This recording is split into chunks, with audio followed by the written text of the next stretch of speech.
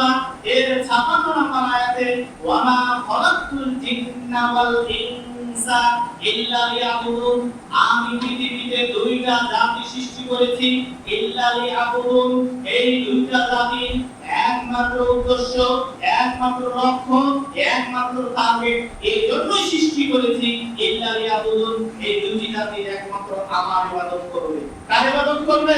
আল্লাহ। সবাই বলবেন না? আমি এর জন্যই দুই জাতিকে সৃষ্টি করেছি, একটা হচ্ছে মানুষ আর একটা হচ্ছে জিন, একটা হচ্ছে মানুষ আর একটা হচ্ছে জিন। এই দুইটি জাতিকে একমাত্র আল্লাহ রাব্বুল আলামিন তার ইবাদত করার জন্য সৃষ্টি করেছে, অন্য কোন জাতিকে আল্লাহর ইবাদত করার জন্য সৃষ্টি করে নাই। সম্মানিত উপস্থিতি, প্রত্যেকটা জিনিসের উদ্দেশ্য থাকে। এইটা একটি কলম, এটা কি বলেন তো? এইটা একটি কলম, এই কলমে লিখবে যতদিন, ভালো থাকবে ততদিন, মানুষের পকেটে থাকবে ততদিন। এই কলম যখন লিখবে না, নষ্ট হয়ে যাবে, মানুষের পকেটে আর থাকবে না। এই কলম যখন নষ্ট হয়ে যাবে, কালি বেরিয়ে যাবে, সামনে দিক থেকে হোক বা পিছন দিকে নষ্ট যখন হয়ে যাবে, মানুষ কি এই কলম আর পাঞ্জাবির পকেটে রাখবে?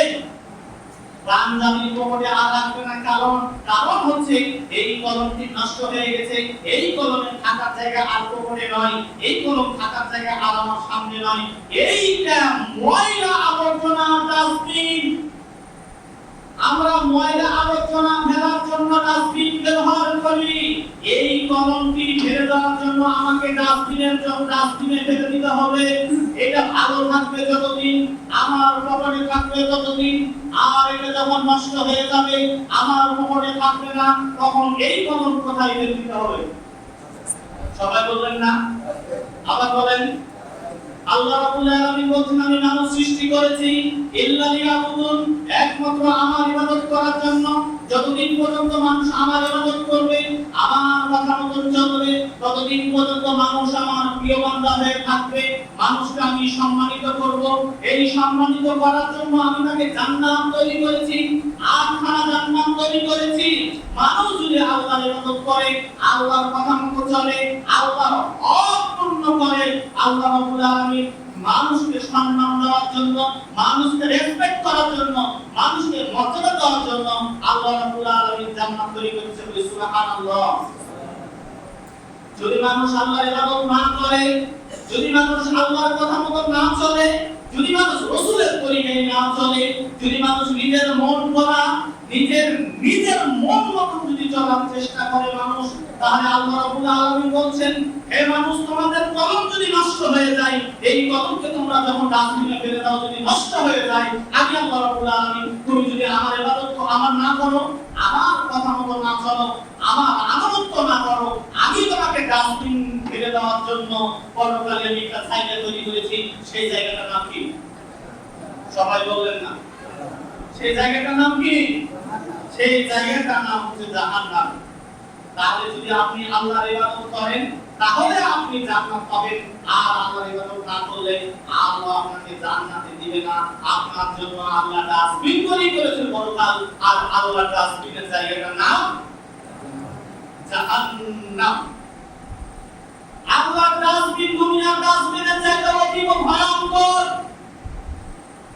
আল্লাহ তাআলা এই ডাস্টবিন তৈরি করেছে শাস্তি, এক একটা ডাস্টবিন এক এক রকম, এক একটা জাহান্নামের ক্ষমতা এক এক রকম, এক একটা জাহান্নামের আগুনের উত্তাপ এক এক রকম, এক জাহান্নামের আগুনের উত্তাপ এক রকম, আরেক জাহান্নামের উত্তাপ আরেক রকম, আরেক জাহান্নামের উত্তাপ আরেক রকম।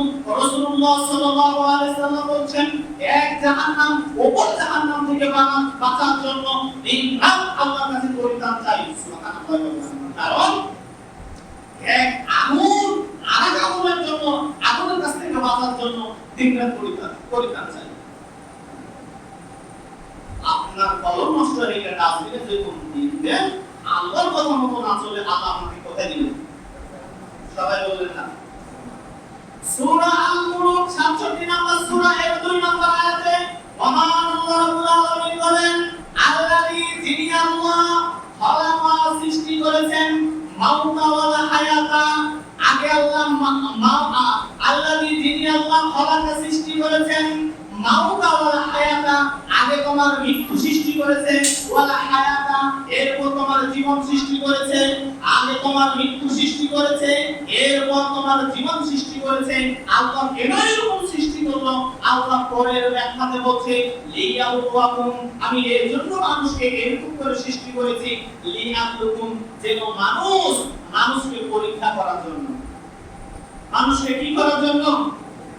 পরীক্ষা করার জন্য এরকম সৃষ্টি করেছে। কি পরীক্ষা করবে আল্লাহ? কি পরীক্ষা করবে আল্লাহ রাব্বুল আলামিন বলছে আমি আগে মৃত্যু ছিল মানুষ, তারপর জীবন দিয়েছি, লিয়াবলুকুম, এর জন্য তাদেরকে আমি পরীক্ষা করব, আইয়ুকুম আহসানু আমালা, তাদের মধ্যে আহসানু আমালা, কে সর্বোত্তম আমল করতে পারে। মানুষের মধ্যে কে সর্বোত্তম আমল করতে পারে, এই জন্য আল্লাহ রাব্বুল আলামিন মানুষের জন্ম মৃত্যু সৃষ্টি করেছেন, দুনিয়াতে প্রেরণ করেছেন। এবার আল্লাহ বলছেন তুমি দুনিয়াতে চলাফেরা করলো, আল্লাহভাবে চলাফেরা করলো, তোমাকে আল্লাহর কাছে যেতে হবে। ভাই, যদি তোমার আলোচনা শুনবেন কখন? আল্লাহ বলছেন যদি তুমি দুনিয়াতে ভালো কাজ করো তাও তোমাকে পরকালে যেতে হবে, আর যদি ভালো কাজ না করো তাও তোমাকে পরকালে যেতে হবে। হে মানুষ, তোমাকে আমি কি পরীক্ষা করব? আইয়ুকুম আহসানু আমালা, আইয়ুকুম আহসানু আমালা, আইয়ুকুম আহসানু আমালা, পরীক্ষা করব এই যে তোমাদের মধ্যে কে আমল সর্বোত্তম করতে পারে। মূলত ছিল হাসান, আল্লাহ হাসানটা থেকে উত্তম করে দিয়ে বলছে আহসান, সর্বোত্তম আমল করতে হবে। আমল করলেই হবে না, আমলটা কেমন করতে হবে? সর্বোত্তম আমল করতে হবে। আমল করলেই হবে না, আমলটা করতে হবে সর্বোত্তম আমল। আমল করার পূর্বে আল্লাহ রাব্বুল আলামিন বলছে আগে আপনাকে ঈমান আনতে হবে। আপনি দুনিয়ার যাবতীয় সব কাজ করেন না কেন, দুনিয়ার সব কাজ করার পূর্বে আগে কি আনতে হবে? ঈমান আনতে হবে। ঈমান যদি না আনেন, দুনিয়ার সব কাজ আল্লাহর কাছে গ্রহণযোগ্য হবে? তাহলে এক, আল্লাহর প্রতি কি করতে হবে? ঈমান আনতে হবে। পরকালের প্রতি ঈমান আনতে হবে, জান্নাতের প্রতি ঈমান আনতে হবে, জাহান্নামের প্রতি ঈমান আনতে হবে, নবীগণের প্রতি ঈমান আনতে হবে, রাসূলের প্রতি ঈমান আনতে হবে। এরপরে পরকাল অদৃশ্য বিষয়ের প্রতি ঈমান আনতে হবে। এরপর কবর হবে, কবরে যাবা তুমি কবরে যাওয়ার পর সঠিক উত্তর দিতে পারলে তোমার জান্নাত, সঠিক উত্তর দিতে না পারলে আপনার জাহান্নাম। মিডল পয়েন্টে কারো থাকা হবে হয় জান্নাত নয় জাহান্নাম। এইরকম তোমাকে ঈমান আনতে হবে। যখন আপনি নিজেকে ঈমানদার বলে দাবি করবেন, ঈমান এনেছেন মানে আপনি আল্লাহকে বিশ্বাস করেছেন। আপনি ঈমান এনেছেন মানে কাকে বিশ্বাস করেছেন? আল্লাহকে বিশ্বাস করেছেন। আল্লাহকে বিশ্বাস যে যখনই যেভাবে যেই মুহূর্তে করেছেন, করার সাথে সাথে আল্লাহ রাব্বুল আলামিন বলছেন যেহেতু তুমি আমার প্রতি বিশ্বাস করেছো, তাহলে তোমার এক নাম্বার কাজ হচ্ছে এই, আমার প্রতি আমাকে বিশ্বাস করার সাথে সাথে তোমার প্রথম কর্তব্য, প্রথম দায়িত্ব হচ্ছে তোমার আল্লাহর ইবাদত করা। আর ইবাদতের মধ্যে সর্বপ্রথম ইবাদত হচ্ছে তোমাকে সালাত আদায় করা। কি আদায় করা? আবার বলেন, কি আদায় করা? সালাত আদায় করা। ঈমান এনেছেন মানে আপনার প্রতি সালাত আদায় করতেই হবে। সালাত ব্যতীত থাকা যাবে না। সালাত ব্যতীত মানুষ কখনো নিজেকে ঈমানদার বলে পরিচয় দিতে পারে? যার সালাত নাই তার কোনো ঈমান নাই, যার নামাজ নাই তার কোনো ঈমান নাই, যার সালাত আছে তারই ঈমান আছে, যার সালাত আছে তারই ঈমান আছে, যার সালাত নাই তার কোনো ঈমান নাই। আমাদের সমাজে তিন শ্রেণীর নামাজি আমরা দেখতে পাই, আমাদের সমাজে তিন শ্রেণীর মানুষ আমরা দেখতে পাই। তার মধ্যে এক শ্রেণীর মানুষ হচ্ছে এই, ভাই আপনি কেন এখন নামাজ পড়েন না, বাবাজি আপনি কেন নামাজ পড়েন না? তাদের মুখ থেকে উত্তর আসে এই যে এখনো আমাদের নামাজ পড়ার সময় হয়নি। নামাজ পড়ার বয়স বলেন কোন কথা? ছেলে মেয়ের বিবাহ দিন, ঘরে একটা জামাই আসুক, অন্যের বাড়িতে একটা মেয়ে আসুক, নিজের বাড়িতে আর কয়েকটা দিন যাক, সামনে জুম্মা থেকে তাহলে নামাজ ধরবো, তাহলে সামনে রমজান থেকে নামাজ ধরবো। আল্লাহর প্রতি বিশ্বাসও করেছে, আর বলতেছে যে সামনে জুমা থেকে নামাজ পড়বো, তাহলে সামনে ঈদ থেকে নামাজ পড়বো, সামনে রমজান থেকে নামাজ পড়বো না। যতক্ষণ সে নামাজ না ধরেছে ততক্ষণ সে ইমানদার হতে পারে নাই, আল্লাহকে বিশ্বাসও করে নাই, এমনি মুখে সে বলতেছে। সম্মানিত উপস্থিতি, আমাদের সমাজে এইরকম মানুষ দেখতে পাই, যখন তাকে বলা হয় আপনি কেন নামাজ পড়েন না, সে বলছে আমার নামাজ পড়ার এখনো বয়স, বলেন না আমার নামাজ পড়ার এখনো বয়স, নামাজ পড়ার বয়স হয়নি। নামাজ পড়ার বয়স কখন? নামাজ পড়ার বয়স কখন বলতে পারবেন? নামাজ পড়ার বয়স কখন? রাসূল সাল্লাল্লাহু আলাইহি ওয়াসাল্লাম বলেছেন যে তোমরা তোমাদের ছেলে মেয়েদের বয়স যখন 7 বছর হবে তখন থেকে নামাজের ট্রেনিং দেওয়া হবে। যখন তাদের বয়স 10 বছর হবে, এরপরও যদি নামাজ না পড়ে আদরিবুহা, পিটিয়ে তাদেরকে নামাজ পড়াবে। তাদের বয়স যখন 7 বছর, কয় বছর, তখন নামাজের ট্রেনিং চলবে। ও আশারা তাদের বয়স যখন 10, এরপরও যদি সালাত আদায় না করে আদরিবুহা, তাদেরকে পিটিয়ে সালাত আদায় করাতে হবে। যে কোনো মূল্যেই হোক সালাত আদায় করাতে হবে, সালাত আদায় করবেই। আল্লাহ রাসূল আদেশ করেছে, নির্দেশ দিয়েছে, 7 বছর থেকে ট্রেনিং চলবে। কয় বছর থেকে ট্রেনিং? আবার বলেন 7 বছর থেকে ট্রেনিং। 7 বছর পার হয়ে গেল, 10 বছর পার হয়ে গেল, এরপর যদি সালাত আদায় না করে বুঝতে হবে ওই ইমানদার না, সত্যি ও পরকালকে বিশ্বাস করে না, ও সত্যি পরকালকে বিশ্বাস করে না, সত্যি তার আল্লাহর প্রতি ভয় নাই, সত্যি সত্যি সত্যি সে দুনিয়া অভিমানুষ, আখিরাতকে মূল্যায়ন করে না। দ্বিতীয়, আমরা আমাদের সমাজে লোক দেখতে পাই, এইরকম লোক, কিরকম লোক জানেন? হঠাৎ করে তার কখন মৃত্যু আসে একমাত্র কে ভালো জানে? আল্লাহ ছাড়া কেউ ভালো জানে? তার কখন মৃত্যু আসে একমাত্র কে ভালো জানে? আল্লাহ তাআলা ভালো জানেন। আল্লাহ বলেন প্রত্যেকটা জাতির একটা নির্দিষ্ট সময় আছে মৃত্যু। যখন নির্দিষ্ট সময় চলে আসে, 1 সেকেন্ড এদিকও হতে পারে না, 1 সেকেন্ড ওদিকও যেতে, 1 সেকেন্ড এদিকও না ওদিকে না, যখন সময় চলে আসে মালাকুল মাউত আজরাইল আলাইহিস সালাম তার কাছে উপস্থিত হয়ে যান। সম্মানিত উপস্থিতি, আমাদের দেখা যায় হঠাৎ করে কোনো লোক আপনার নিজের আত্মীয় বা গ্রামবাসী কেউ মারা গেছে, যখন মারা গেছে তখন আরে লোকটা দুনিয়া থেকে চলে গেল, লোকটা দুনিয়া থেকে চলে গেল, লোকটাও নামাজ পড়তো না আমিও নামাজ, লোকটাও নামাজ পড়তো না আমিও নামাজ পড়ি না, বুঝলেন? কিন্তু হঠাৎ করে এবার মসজিদের ইমামকে দিয়ে অথবা কাউকে দিয়ে বলা হলো যে লোকটা যেহেতু মারা গেছে, এলাকায় তোমরা একটু 10 জন সবাই মিলে খবর দাও। সবাই খবর দিয়ে দিল। এবার বাড়ির পাশের লোক সে চিন্তা করে লোকটা মারা গেল, আমাকে একদিন মারা যাচ্ছে, এইবার আমাদের ইমামরা আবার এমন বোকার বোকা, আসলে ইমামরাই বোকা। ইমামরা যদি ঠিক থাকতো তাহলে বেনামাজি থাকতে পারতো না। যদি অধিকাংশ বেনামাজিকে মানুষ গোসল না দিত, বেনামাজিকে যদি জানাজা না করত, বেনামাজি যদি কবর বেনামাজি দিয়ে দিত, আমি মনে করি না হলেও একটু নামাজের সংখ্যা বাড়তো। যদি বেনামাজি ছেলের বিবাহ ইমামেরা না পড়াইতো, বেনামাজি মেয়ের বিবাহ যদি ইমামেরা না পড়াইতো, না হলে 2টা ছেলে 2টা মেয়ে নামাজি বাড়তো।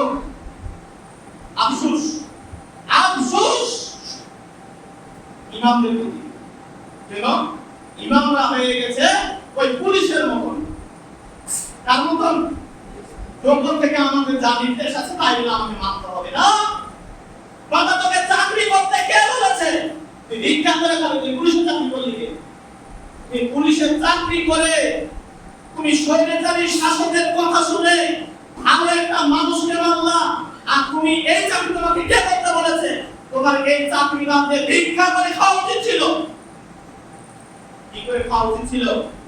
আমি তোমাকে ভিক্ষা করতে বলি, তুমি চকলেট বিক্রি করে খাইতা, তুমি চাউল বিক্রি করে খাইতা, মানুষের বাড়ি তুমি কামলা দিয়ে খাইতা। তোমাকে পুলিশের চাকরি করতে বলেছি কে? নিজে পুলিশের চাকরি করলাম, অন্যের যখন তুমি জীবন দিলাম, তোমার জীবন দেওয়া আমার জন্য খরচ হয়ে গেছে। সেও দুনিয়াতে নাই, তাও বিদায় করেছে। তোমাকে এই চাকরি কে করতে বললো? সম্মানিত উপস্থিতি, ঠিক আমি মনে করি আমাদের সমাজে যদি হুজুররা যদি বেনামাজির জানাজা না পড়তো, বেনামাজি গোসল না নিত, বেনামাজিকে খবর বেনামাজি দিয়ে দিতে দেওয়া নিত, তাহলে মনে হয় না হলেও কিছু নামাজি সংখ্যা থাকতো কিনা, না হলেও থাকতো, না হলেও বেনামাজির কোন ছেলে যদি, কোন মানুষ, কোন ইমাম, কোন নামাজি যদি বলতো আমি নামাজ 5 ওয়াক্ত পড়ি, আমি আজ থেকে নিয়ম করলাম কোন বেনামাজির আমি বিবাহ পড়াবো না, তার বিবাহ পড়াবে না? আবার বলেন বেনামাজির বিবাহ পড়াবো না, আমি বেনামাজির কোন বিবাহ পড়াবো না, না হলেও দুইটা নাকি একটা, না হলেও কিছু সংখ্যা আমি মনে করি নামাজি বাড়াবো। সম্মানিত উপস্থিতি, আমাদের এলাকায় হঠাৎ করে কিছু মানুষ যখন মারা যায় তখন কবরে এই যে ইমাম সাহেব বলছে ঠিক আছে এই আত্মীয় কে কে আছে সবাই আত্মীয় সামনে চলে এসেছে, এবার কই এটা তো আমার ভাই, ওটা তো আমার ভাই, ওটা আমার ভাই, উনি বলছে এটা আমার ভাই, এটা ভাই আমার চাচা ভাই, 10-12 জন লাশের সামনে ইমামের সাথে এবার চলে এসেছে। এইবার সবাই বলছে তোমরা তো তোমার ভাইয়ের জানাজা পড়াবা, একটু পরে জানাজাতে অংশগ্রহণ করবা, বলো দেখি তোমরা নামাজ পড়ো কেউ? সবাই মাথায় রেখে কিছু। তখন একজন বলছে হুজুর আজ থেকে আর বাদ দিল,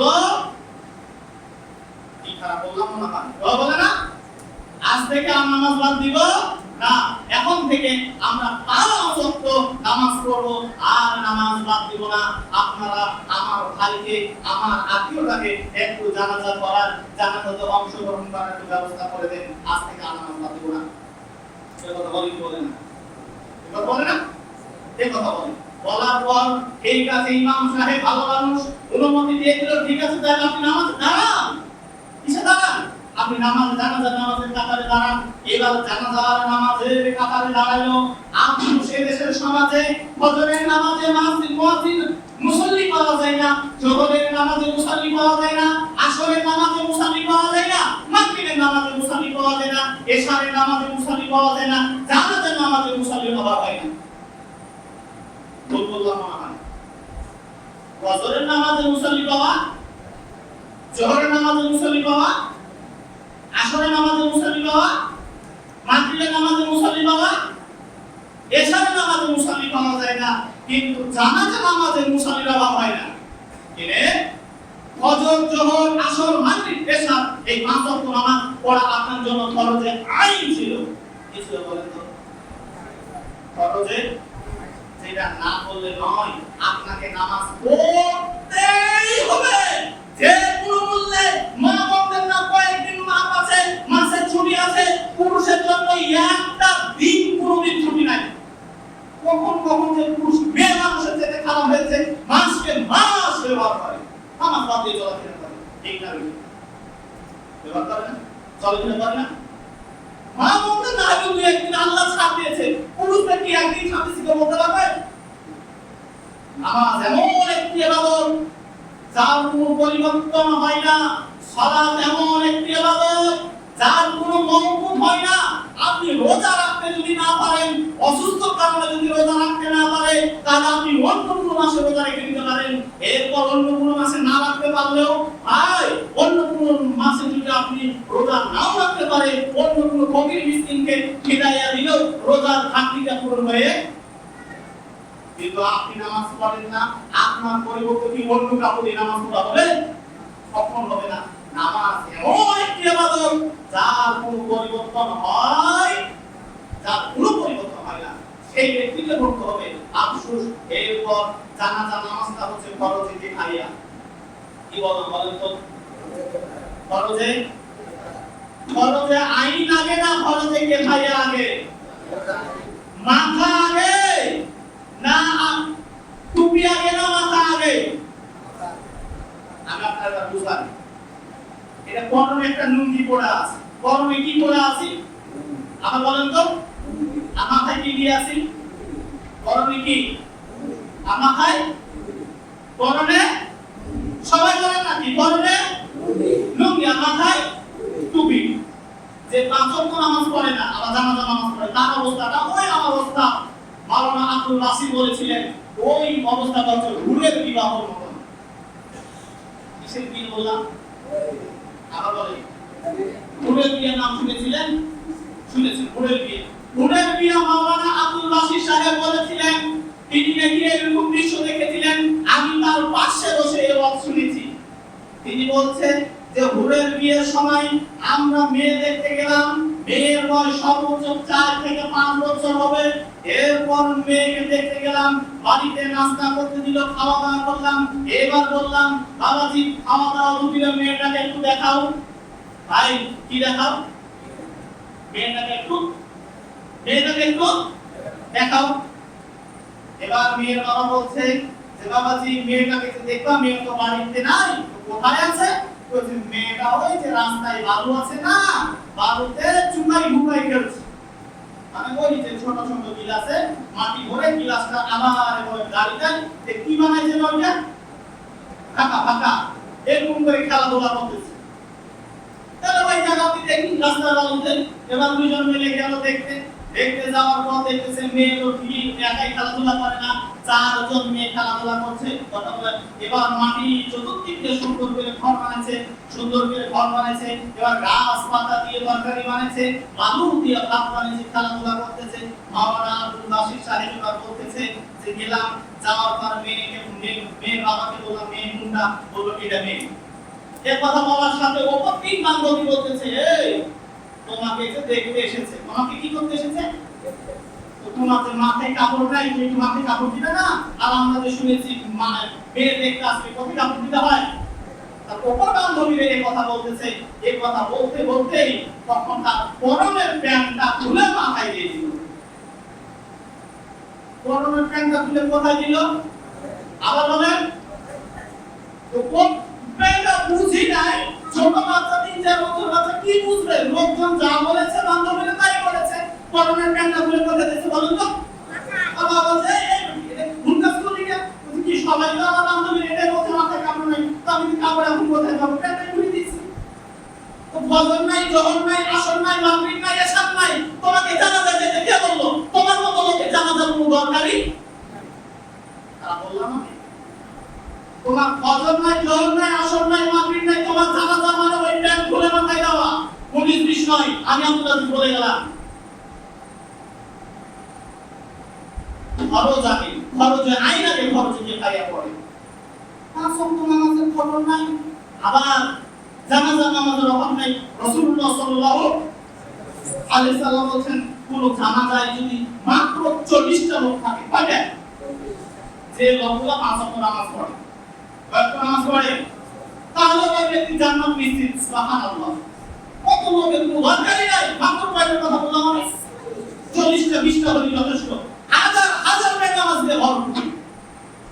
আর হুজুররা বলে দিল, ঠিক আছে তোমরা তোমার ভাই মারা গেছে, তাহলে কি তোমরা আজ থেকে নামাজ ছাড়বে না? হ্যাঁ, আজ থেকে আর নামাজ ছেড়ে দিব না। এবার ভাইটাকে কবরে রাখলো, কবর দিয়ে দিল, বাড়িতে আসলো। বাড়িতে আসার পর হঠাৎ করে জোহরের আযান শুরু হয়ে গেল। তার মাথার মধ্যে চলে এলো, আহারে একটু আগে তো কাকে কথা দিয়ে দিলাম যে আর নামাজ ছাড়বো না। কাকে কথা দিয়েছিল? ইমাম সাহেবকে, হুজুরকে, যার নামাজ ছাড়বে না। বাড়িতে গেল, আইলো জোহর আইলো, আসরও আইলো, মাগরিবও আইলো। ফজরের সময় আগে তো অভ্যাস নাই, এইজন্য ফজরের নামাজ পড়তে পারে নাই। কথা বলে বুঝতে পারি নাই। কিসের নামাজ পড়তে পারে নাই? ফজরের নামাজটা পড়তে পারে নাই। ফজর বা জোহর পার হওয়ার পরের দিন সকালে পেট ভরে খানা খাইলো। খানা খাওয়ার পর বলতেছে, ভাই তো মারা গেছে, যা একদিন হলো, আবার ধানে তো বীজ দিতে যেতে হবে, ধানে আগাছা পরিষ্কার করতে যেতে হবে। এবার চলে গেছে ওই যে দূরের মাঠে ধানের আগাছা পরিষ্কার করতে, ঘাস পরিষ্কার করতে গেছে। এবার নামাজের আযান শুনলো, হাইয়া আলাস সালাত। তিনি বলছে, আমি তো ইমামকে কথা দিয়েছিলাম আজ থেকে কি করব? আজ থেকে নামাজ পড়বো, এই কথা বলছে। এবার আস্তে আস্তে হয়ে গেছে দেরি। এবার আস্তানা মানুষ পরিশ্রম করেছে, 2টা ভাত খেলো, ভাত খাওয়ার পর শরীরে ক্লান্ত চলে এলো, বিছানা শুয়ে গেল। না আমার দ্বারা কি নামাজ হবে না, আমার বয়স হয়নি, ভাইয়ের মতো হোক, তখন কি করবো? আবার বলেন, আমার ভাইয়ের মতো হোক তখন থেকে। তোমার ভাইয়ের মতো হবে এর কোনো গ্যারান্টি আছে? মৃত্যুর কোনো গ্যারান্টি আছে? কার কখন চলে আসে এর কোনো গ্যারান্টি? 1 সেকেন্ডের কোনো গ্যারান্টি নাই। তাহলে নামাজ কখন থেকে পড়তে হবে? আজ থেকে না, ওই সামনে শুক্রবার থেকে, জুম্মার দিন থেকে, আজ থেকে। তারপর জোহরটা এই জুম্মায় পড়তে হবে না আসরে পড়তে হবে? সবাই বলেন, খালি জুম্মা পড়াটা ফরজ না আসরটা পড়া ফরজ? আসর যেরকম পড়া ফরজ, মাগরিব সেরকমই পড়া, এশারও সেরকম পড়া ফরজ। আবার আমাদের সমাজে আমরা আরো মানুষ দেখতে পাই নামাজ মাঝে মাঝে পড়ে, মাঝে মাঝে পড়ে না। দেখতে পাই না, মাঝে মাঝে পড়ে মানে রমজান আসলে নামাজ ছাড়ে না, একবারে হাজী সাহেবের থেকে বড় হাজী। কোন মাস আসলে? রমজান মাস আসলে। আর অন্য মাসে আর খুঁজে পাওয়া যায় না। শুক্রবার আসলে বিশাল নামাজে আল্লামা মুফতি সাহেবের বিশাল জুম্মা, ওই জুম্মাও শেষ আর নামাজও আছে না, জুম্মাও শেষ নামাজও শেষ। আর আমরা দেখতে পাই নামাজীদের কোথায়? কেউ মারা গেলে যায় হাদিস, কেউ মারা গেলে কি হাদিস। এই নামাজী কোন নাম?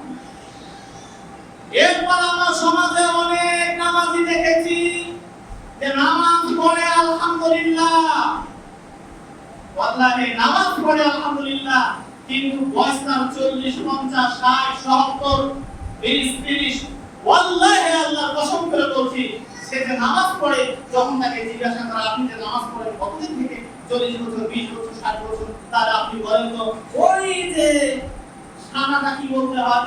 কম বলছে আল্লাহু আকবার, আল্লাহুম্মা বাইকানি ওয়া বাইনা হাত্তা ইলাইয়া, তারপর কি ভালো করে জানি না বলি, তারপর কি করে সূরা ফাতিহা মোটামুটি পারি, তারপর কি তারপর ভালো করে পারি না, এরকম করে নামাজ। এরকম নামাজও আছে আছে না?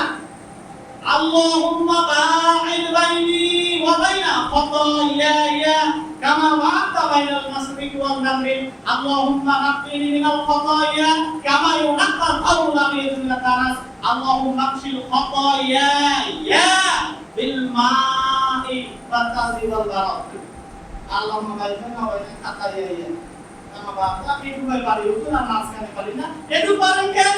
ওই যে হুজুররা বলেছিল, পিছনে থেকে শুনেছি, হুজুর ভাই যে করে কহে বলে কি বলেন, হুজুর এই করে কে বলেছে? হুজুর এই করে বলে, তুমি হুজুরের মুখে শুনেছো বটে, কোনদিন হুজুরকে শোনাও না।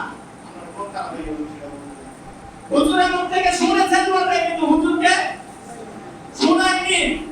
আপনি দোকানদার, খুব চালাক, আপনার মতো চালাক কেউ আছে? আপনি দোকানদার, কাস্টমারের কাছে এখানে 1000 টাকা পাওয়ার সাথে সাথে টাকাটা এরকম করেন।